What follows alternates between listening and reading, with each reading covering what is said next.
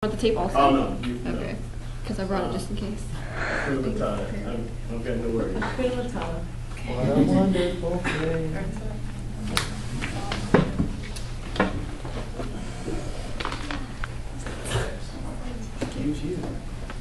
Sorry.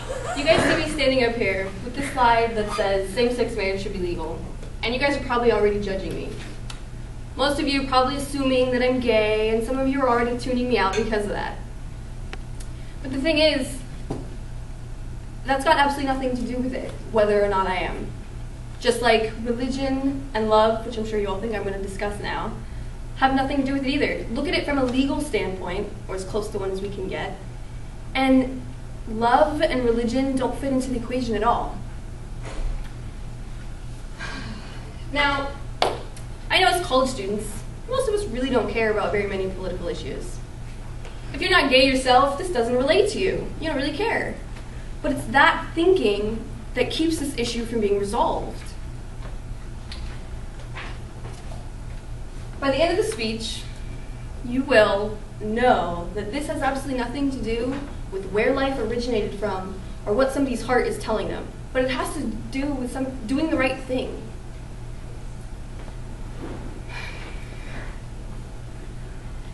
Just because I'm not in a same-sex relationship doesn't mean I can't do something to help the situation. And just like you guys can do something to help as well.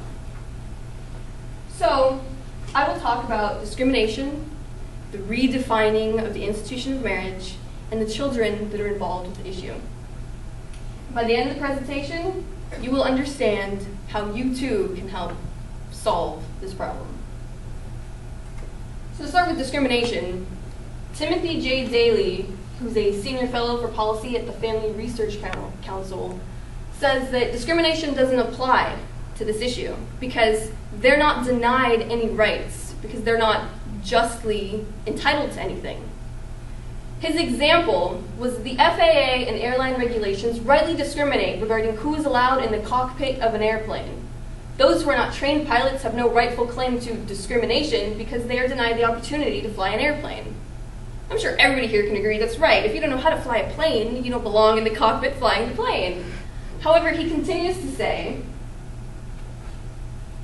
although it is not strictly comparable, radically altering the definition of marriage can also pose dangers to society in much the same way as permitting unqualified individuals to fly airplanes.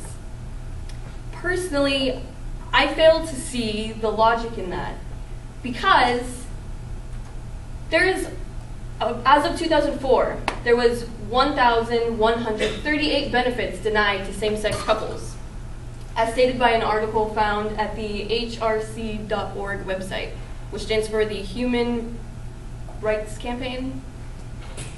Social Security, taxes, family and medical leave, immigration, and employee benefits are all denied to civil union, and that wouldn't be called marriages, but civil unions, because you have to be legally married in order to receive any of those benefits.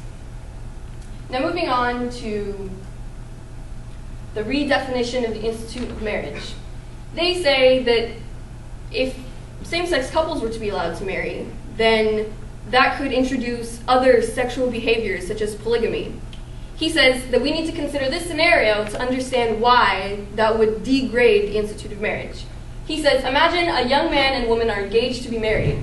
A month before the wedding, the man approaches his fiancée to ask whether she will consider an open marriage in which they will free each other from the duty to be sexually faithful. Now, I'm sure none of the men in this room would actually be brave enough to ask their fiancée that. However, he says that the reasoning for this is that the norm of sexual exclusivity within marriage is essential to the institution. And that is why the overwhelming majority of couples entering marriage do not even discuss whether they will follow the norm, they simply accept it. Now notice how he says the overwhelming majority of couples. They just accept that you will be with this other person until the two of you divorce, if that's where it goes. Well, I've got some statistics here for you guys. Those are all rather large numbers, right? 53% of marriages end in divorce. Now, I don't know what you guys consider to be an overwhelming majority. I'd like to think it's roughly around 80% would be an overwhelming majority. 75 maybe. But 53% of marriages end in divorce. And 41% of those was where somebody admitted to being unfaithful. That's a nice overwhelming majority. 60% actually believe that you need to be sexually exclusive.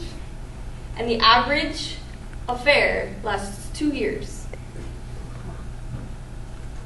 Just for giggles, men who say that they would have an affair if getting caught wasn't an issue, 74%. And 68% of women. That's an overwhelming majority. So really, is it the norm to be sexually exclusive?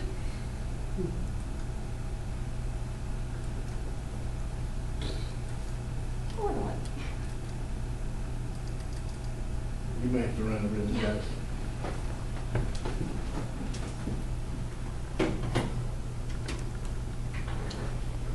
Another thing that they say is that we'd be completely redefining the institution of marriage, right?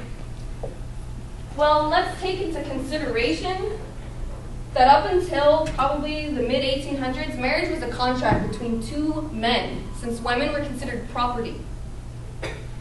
I'm sure a lot of the women here, at least, have seen the movie Pride and Prejudice, right?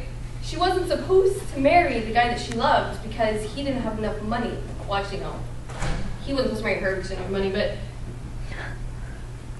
it's based on the fact that women, we were just extensions of the men in our life. So the girl's father and her husband-to-be would get together and decide whether or not she would get married to him. She would have no say over her children, her property. She owned nothing. It wasn't until the mid to late 1800s where women were no longer legally extensions of the men in their lives. And it wasn't even until the mid-1900s where interracial marriages were no longer banned. So we have already redefined the institution of marriage twice. Is it really that big of a leap to say that it needs to be redefined yet again? And lastly, I'm going to discuss children. I was going to show a video, but I'm going to talk about something instead. My cousin, she's about 6 years old, and my uncle recently had to go take her to go get a drug test because she's been fidgety, she's been biting her lip raw, she can't sleep, and when she does, she has nightmares. She can't concentrate in school. 6-year-old failing first grade because she lives with her mom and her stepdad. Children are, they're our weakest citizens. And we like to believe that marriage is for procreation. However, infertile couples can marry, elderly couples can marry, convicts on death row, people on their deathbed. So is it really procreation if we allow all these? You don't need a fertility test to get married. Also, children need a mother and a father in their life in order to grow happy and healthy. But yet again, 58% of marriages end in divorce. So are they really growing with both of their parents? Single mothers raise kids just fine all the time. Growing up, none of my friends' parents were still together. They were raised by one parent the majority of the time. And child abuse. Can heterosexual couples really raise their children correctly? 611,073 kids were reported being abused in 2005. 553,405 of them were abused by a biological parent. That's 90% of all abuse cases. A biological parent is the one doing it. And that was from the National Data Analysis System. You guys can make a difference. You can go to a website called myfloridahouse.gov, look up who your House representative is, and write to them and demand that something be done, that we legalize something that has no purpose to be illegal in the first place. Just because you might be straight, just because you might be religious has nothing to do with it. Thank you.